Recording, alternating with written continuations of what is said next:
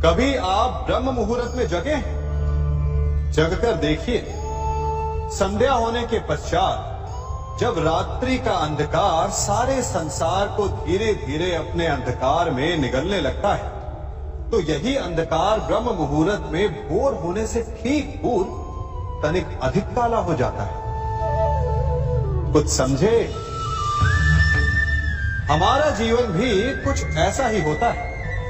जब हमारे जीवन की समस्याएं अपने अंत पर होती है, तो यही समस्याएं एक भीषण रूप लेकर हमारे समक्ष प्रस्तुत हो जाती है और ऐसे परिस्थिति में अधिकतर लोग हार मान जाते हैं, भय खा जाते हैं। परंतु यदि आप हार न माने, भय न खाएं, दृढ़ रहें, निरंतर आगे बढ़ते रहें, तो प्रकाश के रूप में हमारा स्वागत करने के लिए सूर्य उदय सदा हमारे समक्ष प्रस्तुत रहेगा।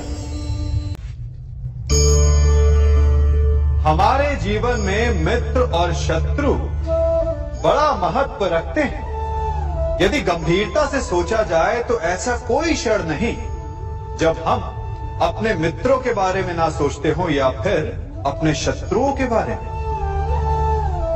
हमारा हर कार्य या तो हमारे मित्रों के हित के लिए होता है या फिर हमारे शत्रुओं के अहित के लिए। हम हर स्थान या तो अपने मित्रों के साथ होते हैं या फिर अपने शत्रुओं के साथ। कोई नहीं चाहता कि उनका शत्रु प्रसन्न रहे। हर कोई अपने शत्रु को नष्ट कर देना चाहता है और ऐसा करने के लिए वो हर संभव प्रयास करता है। उसे आर्थिक, मानसिक और शारीरिक हानि पहुंचाने का प्रयास करता है। परंतु यदि मैं आज आपको ऐसा मंत्र सिखाऊं जिससे आप अपने शत्रु को सदा के लिए नष्ट कर दे तो, और वो मंत्र है मित्र बनाना। अपने सभी शत्रुओं को अपना मित्र बना लीजिए और आपके सारे शत्रु स्वतः ही समाप्त हो जाएंगे।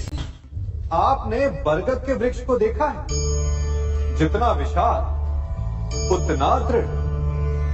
पतझड़ में वो सूख जाते परंतु दुर्बल नहीं होते, टूट कर गिरते नहीं। और उसके विपरीत दलदल में उपजे वृक्षों को देखिए, वो दिखने में तो बड़े होते हैं, पतझड़ आए या शीत सदा हरे भरे होते हैं, परंतु इतने दुर्बल होते हैं कि जलधारा के हल्के से वेग से वो गिर जाते हैं। परंतु ऐसा क्यों होता है? कारण है जड़ें। जिसकी जड़ें दृढ़ भूमि में है वो हर चक्रवात, हर ऋतुओं को सह लेता है, और जिसकी जड़ें दलदल में है वो स्वयं की जड़ों को दुर्बल बना लेता है। कुछ ऐसा ही मनुष्य भी होता है जो अधर्म, कुकर्म और असत्य की धरा पर उपजा है। वो समय की एक मार भी नहीं सह पाता, और जो मनुष्य सत्य, धर्म की धरा पर उपजा है वो हर समस्या से अविचलित हो जाता है। अब आप पर निर्भर करता है कि आप क्या बनना चाहते हैं। मैं क्या कर रहा हूं? मैं दिए प्रज्वलित कर रहा हूं ताकि अंधकार को मिटा सकूं। अब आप कहेंगे कि इसमें कौन सी बड़ी बात है ना? परंतु इसमें महत्वपूर्ण बात समझने के लिए यह है कि मैं क्या नहीं कर रहा हूं, और मैं अंधकार नहीं कर रहा हूं। क्योंकि अंधकार को मिटाने के लिए प्रकाश का अस्त्र तो उठाना ही पड़ता है। बुराई को बुराई से नहीं, अच्छाई से जीता जाता है। अन्याय को अन्याय से नहीं, न्याय से लड़ा जाता है। क्रोध को क्रोध से नहीं, क्षमा का साथ लेना होता है। ठीक उसी प्रकार एक लोहा लोहे को काटता है, परंतु एक ठंडा लोहा ही गर्म लोहे को काट सकता है। इसलिए यदि आपको अपने जीवन में विजयी होना है तो अपने शस्त्रों को, अपने अस्त्रों को सोच समझ कर उठाइए, क्योंकि एक अनुचित सोच परिणाम पर भारी प्रभाव डाल सकती है। आप सब सोच रहे होंगे कि ये क्या मैं करने लगा। मैं इस पौधे को जड़ से उखाड़ रहा हूं। आश्चर्य हो रहा है ना कि एक पौधे को उखाड़ना या काटना ना केवल एक अपराध है अपितु पाप भी है। तो फिर मुझे ऐसा करने की क्या आवश्यकता पड़ गई? क्योंकि कई बार विनाश ही सृजन तक पहुंचाता है। यदि नया भवन बनाना हो तो पुराने भवन को गिराना पड़ता है। व्यवस्था को परिवर्तित करने के लिए क्रांति लानी पड़ती है। और उसी प्रकार यदि किसी वृक्ष या किसी पौधे की जड़ों में घुन लग जाए या उसका मूल सड़ जाए तो उसे जड़ से उखाड़ देना ही श्रेयस्कर होता है, ताकि उस स्थल पर नए पौधे उपज सके। युद्ध करना पर्याय नहीं, परंतु कभी कभी शांति के लिए युद्ध करना आवश्यक हो जाता है। संसार में सबसे श्रेष्ठ क्या है? फूल या कांटे, प्रेम या घृणा, संपन्नता या दरिद्रता, मित्र या शत्रु? बताइए। अब आप भी कहेंगे कि भला ये कोई पूछने की बात हुई? अवश्य फूल, प्रेम, संपन्नता और मित्र ही श्रेष्ठ है।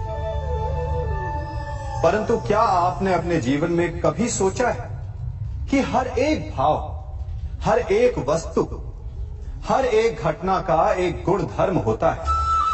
त्वचा पर जलन करने वाले फूलों से अधिक श्रेष्ठ वो कांटे हैं जिनसे आप अपने घर की बाड़ बनाते हैं ताकि वन्य पशु आपके भीतर ना आ सके।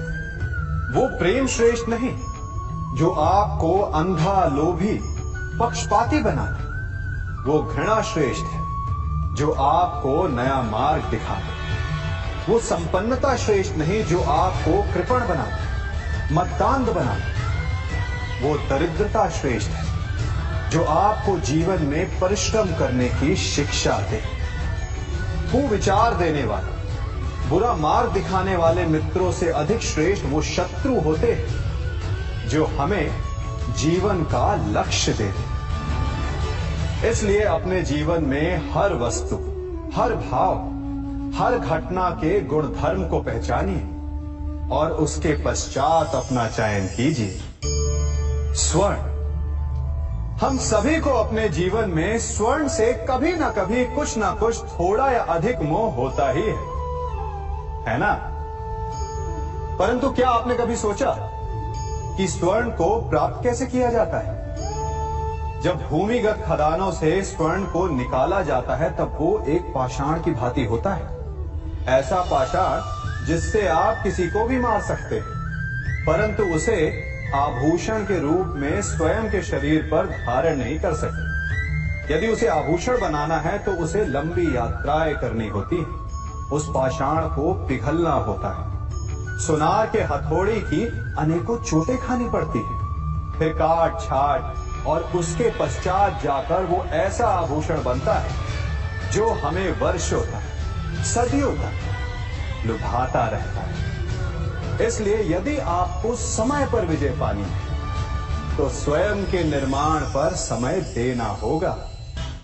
हम सभी सुनते आए कि जो वीर होता है, साहसी होता है, शौर्यवान होता है, उसके समक्ष सारा संसार झुकता है। वीर भोग्य वसुंधर। परंतु वीरता है क्या? शौर्य क्या है? साहस क्या है? साहस युद्ध नहीं, वीरता विजय नहीं, शौर्य कभी ना गिरना नहीं।